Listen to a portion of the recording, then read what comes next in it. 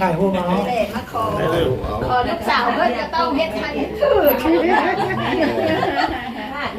เอาอาจารย์ไม่อาจารย์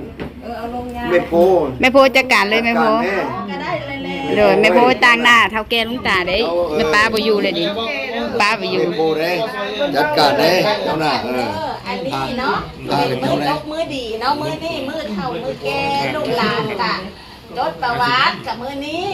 ยกขันย่อคอขันกักกับมือนี้ขันค่ำขันคูณเงินขดองขันแก้วบ่ได้ข้างบ่ได้ตังเด้อครบถ้วนหมดแล้วอยู่ในนี้ตามสัญญามอบหมายอะไรอาจจะเป็นเงินค่ำเงินคูณเด้อเงินซื้อนางเด้อแม่เด้อเอาฮับเอาเอาไปยังจะได้หลายกว่านี้เป็นเอาเลยคนจะซื้อในวิลล่ามันยังมีหลายกว่านี้เลยไม่เคยมีต่างหาก เสร็จพระน้อยใจเด้อ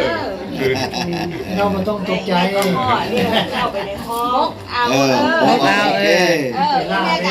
แม่ก็เอาอันนี้แม่นี่ลูกเคยกาผู้หลาแล้วผู้หลาแต่งงานแล้วแต่งงานแล้วยังแต่งแต่เกิดนี่ด้วยเราอันนั้นเอาลูกเคยก่อนก่อนเฮ้ยวันนี้แม่กดขึ้นกดขึ้นกดขึ้นเด้อให้พรให้ลูกหักลูกมีลูกรับลูกไว้เป็นเศรษฐีเจ้าเป็นนายเด้อเป็นเจ้าคนนายคนเด้อมีหลานติดบ้านติดเมืองเด้อสิเด้ลูกสาวแต่เอากันไปกันมีลูกมันหน้าเด้เอาไปนี่ลูกหลานนี่เต็มแล้วบ่อึดมีลูกหลานติดบ้านติดเมืองเด้อสิเด้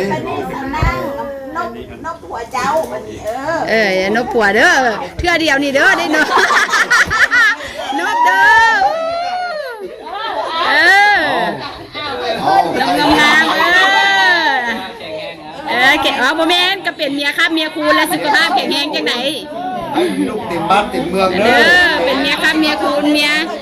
พางพามีเด้อวันเสนอกันเด้อพูดแล้ววันนี้น่ะ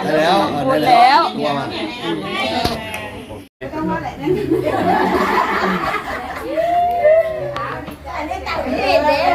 ตามฮีดไม่แหละคือไม่โพว่าแหละโอเคได้แล้วถือว่าอาจารย์โพอาจารย์เนี่ยก็ลำโพอาจารย์ลำโพไหนอาจารย์เนี่ยนะ